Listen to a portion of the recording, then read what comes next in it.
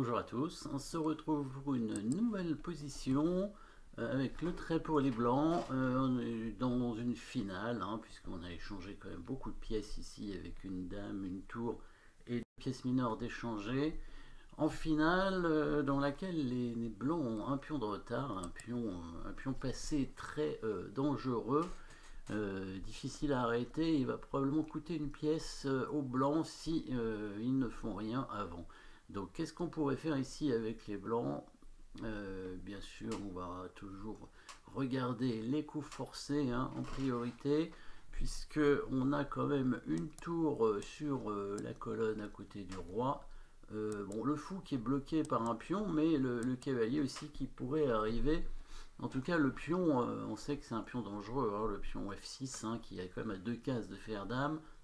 Même s'il est bloqué par le pion F7, il est quand même extrêmement dangereux. Donc là, il peut y avoir quelques idées.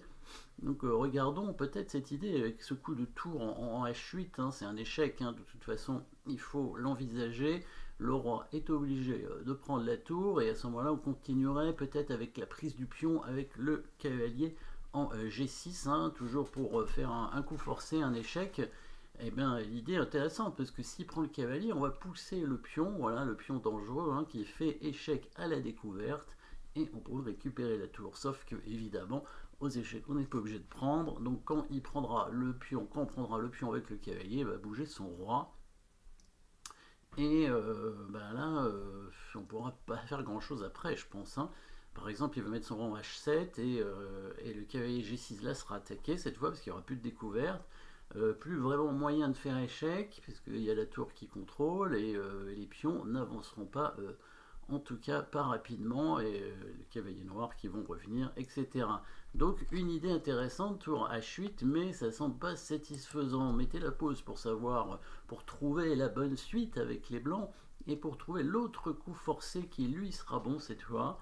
Il y a un seul échec, mais il y a plusieurs coups forcés, évidemment.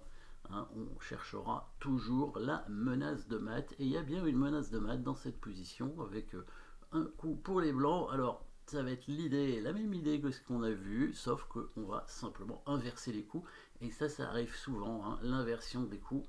Ça permet d'améliorer tout simplement la situation, la variante, et ici les blancs vont réussir à s'en sortir grâce à leur sacrifice de cavalier sur le pion, avec la menace de mat, cette fois en H8.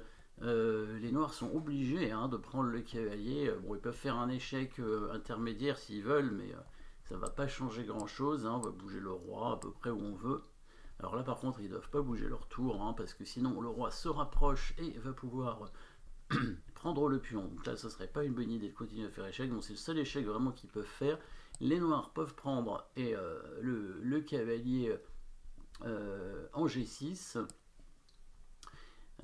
Et là, évidemment, qu'est-ce qu'on va faire avec les blancs? Alors, on va pas pousser le pion parce qu'il va le prendre. Et après, il pourra s'enfuir avec le roi. Par contre, ce qu'on peut faire, c'est bien le coup de tour en H8 pour faire échec. Il va être obligé de bouger son roi en F7. Alors s'il prend la tour, évidemment, on pousse la lame. Bon là, on devrait mater. Il va aller en F7. Nous, on va aller en H7 faire échec. On n'a pas le choix, de toute façon. Alors il ne va pas revenir en G8, parce que sinon, on pousse en F7. Et là, on va lui prendre sa tour. On va faire dame. Et on a quand même un avantage dans la finale, avec la tour et fou.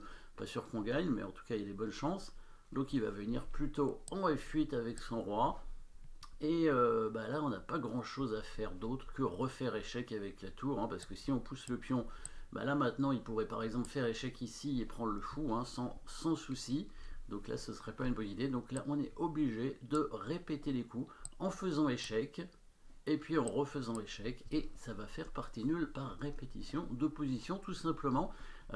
C'est triste, on ne gagne pas, mais au moins on n'a pas perdu grâce à ce sacrifice de cavalier ici, qui nous permet donc de créer une attaque de nul, tout simplement, répétition de position avec donc un échec perpétuel. On répète au bout d'un moment 3 fois la même position et on fait nul. C'est mieux de faire nul que de perdre, sinon Qu'est-ce que les autres options, ce serait d'aller arrêter le pion et on n'y arrivera pas. On sera obligé de sacrifier un cavalier ou un fou dessus et on risque de perdre. Au mieux, de toute façon, on fera nul dans la finale.